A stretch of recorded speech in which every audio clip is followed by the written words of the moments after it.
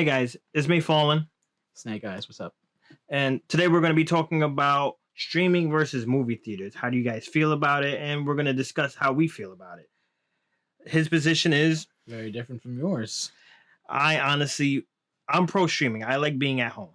I love the nostalgia of being in a theater. I think it's something we used to socialize. It's something that we used to go on dates with and then go out with family, friends. We lose that being at home. You know, you speaking about dates, and yeah, a lot of people do go to the movie theaters on dates, and they do a lot of stuff that are extra. Recently, I went to go see New Mutants, and yeah, I know it's not the greatest, but I had free tickets, so when in Rome. And in the back, I couldn't hear the characters for most of the movie because I couldn't stop hearing the sucking noises happening in the back, and it wasn't face sucking noises. It Listen, first of all, that's a Good Friday night by any means, and I think that's worth going back to the theaters for. Oh, you want to be in the back of that theater, huh? I mean, that could have been me. Yeah, you could have been the person who spent $20 on of all movies, New Mutants, and just had that ruined, just hearing all in the background. Fox's downfall at the same time. It's the same noise, right? It's the same noise, really. Yeah, it wasn't a great experience for me. It's like for me, King of the Castle, you can always build up. You can get Dolby's, you can get the biggest TV on the market, and isn't that the whole point of building up your home? But is that really the IMAX experience? Well, it's not the IMAX experience. You can have a great 70-inch, a good surround system, and is that the comfortability of your own home? You can pause, you can use the bathroom. There's no risk of losing out any images that you'll see in the movie theater and stuff. You can run to the bathroom. There's no risk at all to us. I mean, I feel like that's all part of the, what do you call it? The excitement of being at a theater. It's like all these different factors are involved, and it's like it's an actual outing. I get it. I'm totally with being comfortable. I'm totally with being at home, being chilled out in your pajamas. But I just feel like it's missing something. It doesn't have the same feeling, excitement, anticipation to see something new. I feel like it's lacking. It doesn't make a whole lot of sense, but to me it does. For me, I'm anti-crowd, so when they announced streaming, I was against it. I'm like, oh, they're gonna charge us more money, because my thing is also affordability. I want to get the most bang for my buck. When Disney announced their whole Premier Access 30 plus for what was it, Mulan, I wasn't too excited about that. But then when I had it broken down, it started making sense. You can spend $30, watch as many times as you want until it formally releases to the public, and you can watch it with as many people as you want. I watched it with my sister, and I watched it with a lot of other friends. But look how great that's turning out for the stars, though. I mean, you can see what's going on now with Scarlett Johansson. You can see what's going on now with Emma Stone. You can see what's going on with Suicide Squad and its ratings in the box office. As for what's going on with the stars, that's more optics on their end before filming even starts. That's the whole bargaining table they need to come to. Yeah, but that'll become a problem going forward. And for for anyone who's seen Suicide Squad, I don't think it was bad at all. I think it was great, and I don't see why I could understand why it has the box office shortcomings it has, but I think it's a shame. No, us as the consumer, we need to know what we're investing into. We need to know, hey, is this worth $17? Would you really just go to see any random movie, spend $17? We live in New York City, like these tickets are not cheap. And then there's also the cost of traveling. On top of that, it's concessions, and it can really add up on a night out. Yeah, but I just don't want to be glued to Rotten Tomatoes. People look at these and they decide whether or not they're going to go to a movie that they have never seen or heard anything about other than what they've seen on commercials or online or Rotten Tomatoes. But, no, go ahead. That's as far as we can go, because if you try to go by commercials, you run the risk of spoiling it. You're trying to explain why they should, and you really can't go in depth. I've had plenty of movies ruined simply because of people just talking about it, and it's trying to convince me to go see it. But granted, I've also avoided seeing movies because of Rotten Tomatoes or from other critics, and the movie turned out to be very entertaining, very good, at least in my point of view, regardless of what critics might say. Then I again, I've seen movies get 100% score, and I've seen those and paid good money for that to walk out totally confused. I've seen, and then going off the word of mouth of other people, it's not as great either. I remember going into a comic book shop with you and a random customer just talking about Bloodshot. That's true. We did do that. And honestly, I didn't put my interest into it. But then when I saw reviews come out afterwards and just like people in general just saying, wow, what happened? I'm like, I'm glad I didn't spend the money. Well, that's because they weren't going by source material. But anyway, Let's get back on topic. yeah, It's like, apologize. Yeah. I, I hate movie theaters. Like I said, we're from New York. We've seen bedbug outbreaks. We've seen just disgustingly kept theaters. Like just recently, I went to go see Suicide Squad at the AMC on 66, and I was actually surprised. It had none of the new chairs. It was one of the old chairs. I actually had to switch chairs with my wife because the seat was broken. It would just go all the way back into the next row. I was pretty much sitting in his lap. I'm like, why are these chairs not new? Why do we have these old chairs of all locations on 66? I mean, I went to what do you call it, 34th Street, AMC there, and it was very comfortable. It was nice, relaxed. Sometimes it's good. It's too comfortable. I recall going to 34th Street and the chair was heated. I fell asleep. I pretty much lost my money on that end. Well, I did have to see Mugen Train a second time because of that. But I don't agree. It's like I do agree with supporting, yes, but it's like we as people, we want to get more bang for our buck.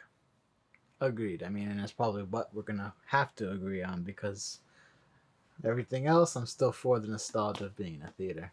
At the end of the day, And I feel like the Blockbuster bigwigs are in agreement with you. They rather earn more money. They can squeeze out more pennies out of us.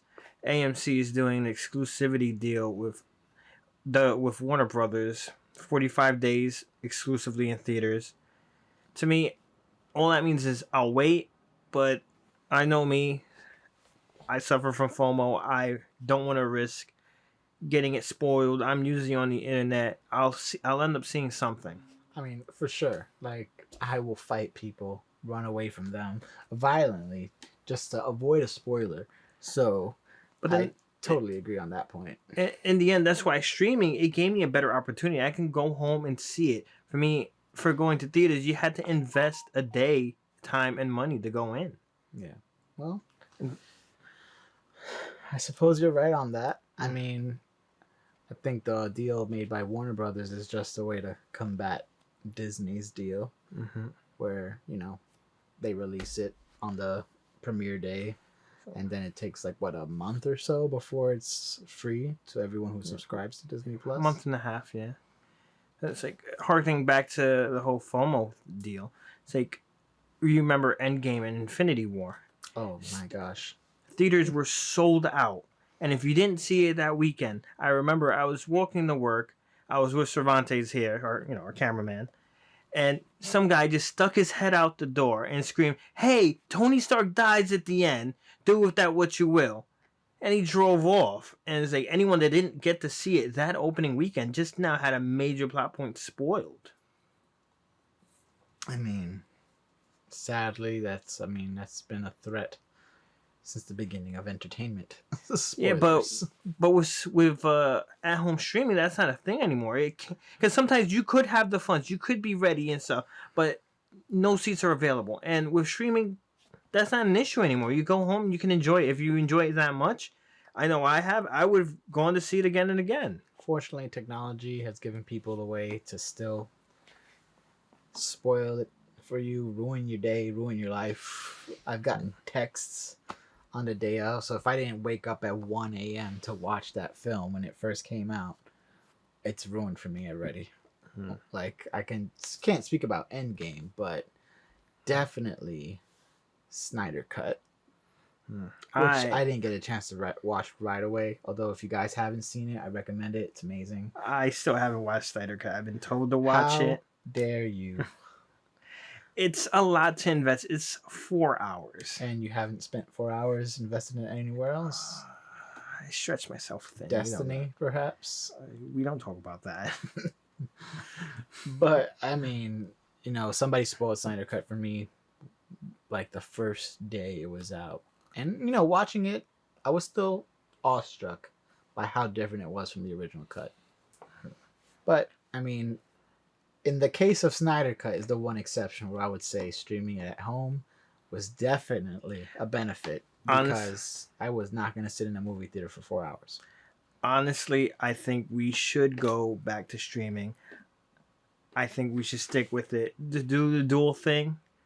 As for what Disney is experimenting with Premier Access versus what HBO is doing with same day, I kind of preferred the same day, but a lot of the properties like Mortal Kombat, they didn't wow me. They didn't get me like hyped up, and I'm kind of glad I didn't invest more money than what I would have done with I mean, I could the strongly subscription. say, other than Snyder Cut, even King Kong versus Godzilla, that wasn't really. It was good, but it wasn't really like boom. Like Yeah, for me, Suicide Squad, which again, if you guys haven't seen it, make the time. Was that kind of movie where I was genuinely glad to have HBO Max because watching that movie right off the bat was like awesome. little known fact about that, HBO actually released it a day early, on the 5th, because that's James Gunn's birthday. Really, Mhm. did not know that, but that's cool.